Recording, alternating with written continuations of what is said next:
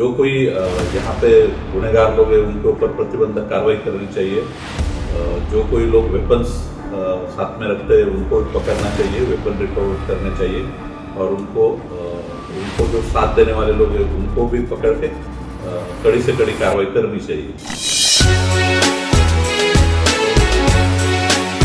Sir, आज आपने पत्रकार परिषद बुलाई, क्या विषय है, क्या जानकारी देंगे?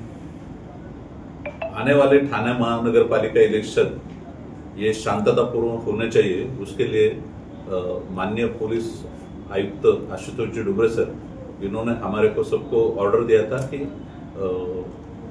जो कोई यहाँ पे गुनहगार लोग हैं उनके ऊपर प्रतिबंधक कार्रवाई करनी चाहिए। जो कोई लोग वेपन्स साथ में रखते हैं उनको भी पकड़ना चाहिए, वेपन रिकवर करने चाहिए और उनको जो साथ देने वाले लोग हैं उनको भी पकड़ के कड़ी से कड़ी कार्रवाई करनी चाहिए। तो ये जो ऑर्डर दी थी सर ने, उस हिसाब से अपने यहाँ पे जो डीबी की टीम है तेजस सावंत सर, उनके साथी उनको 7 तारीख को रात को 8 बजे MM वैली रास्ते पे जहीर अली मनसेकर रहने वाला, वो अपने यहाँ का ही है, अमीनाबाद मुमराब का, उसके कब्जे में एक गाउठी पिस्टल और उसके लिए यूज करने वाले जो 2 राउंड है वो मिले हैं और उसको अरेस्ट करके कोर्ट के सामने पेश किया था। 2 दिन PCR मिला है।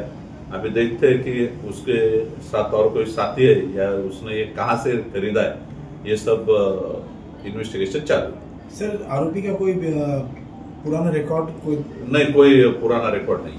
सर, ये हथियार कहां से लाया था और किस मकसद से लाया था? सर, वही अभी जो PCR में जब ज्यादा मालूमात मिलेगी तो और एक बार आपको प्रेस कॉन्फ्रेंस लेके या प्रेस नोट देके मालूमात दिया जाएगी।